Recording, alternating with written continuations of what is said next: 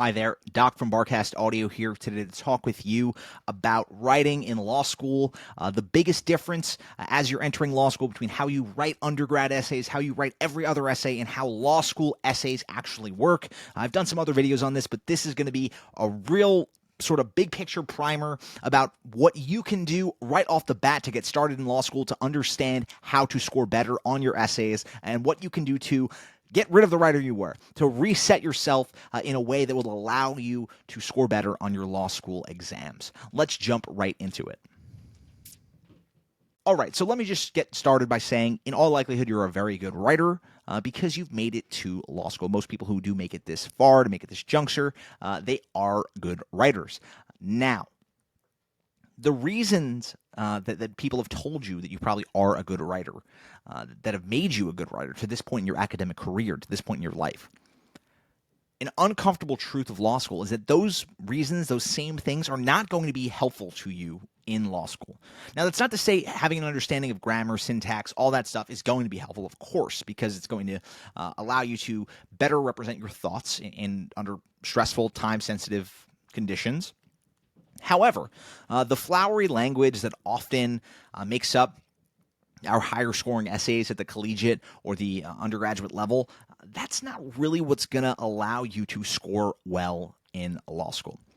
You have to understand going into this that essays in law school are not essays. They are essentially word math problems.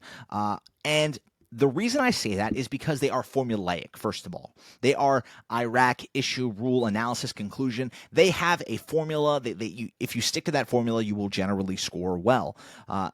On top of that, they are much more akin to word math problems than regular essays in that you can only score so well from reaching the right conclusion.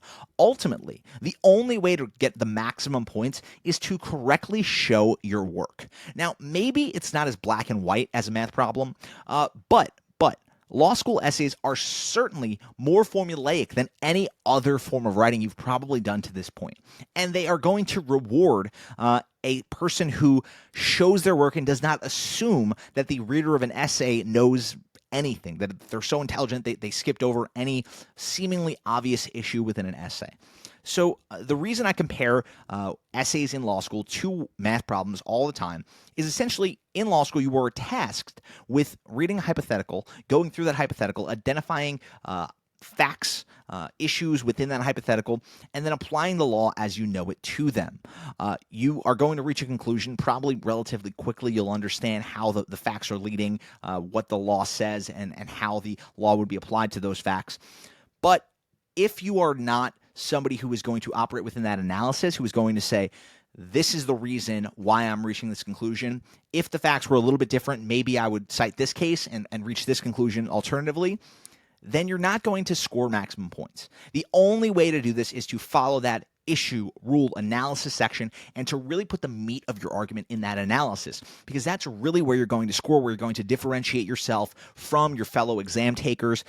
Those of you who can make the most out of that analysis, who can operate very well within that section of the essay, who can get a grip of the formula known as IRAC or conclusion, rule, evaluation, analysis, conclusion again, CREAC or whatever the other one is. Listen, I'm an IRAC person for the most part, so I can't speak to that formula necessarily, but I know that there are certain law schools that prefer that, certain professors who prefer that.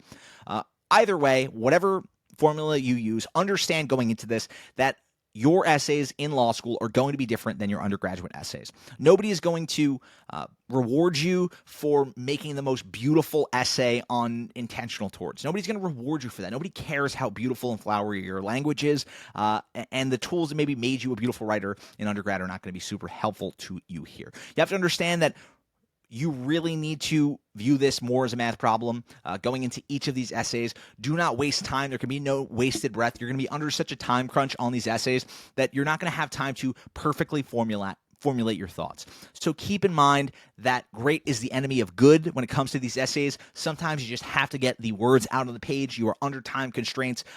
Don't try to sit back and wait for the words to come to you. You need to dive right into these essays because the time is under 3, 2, 1.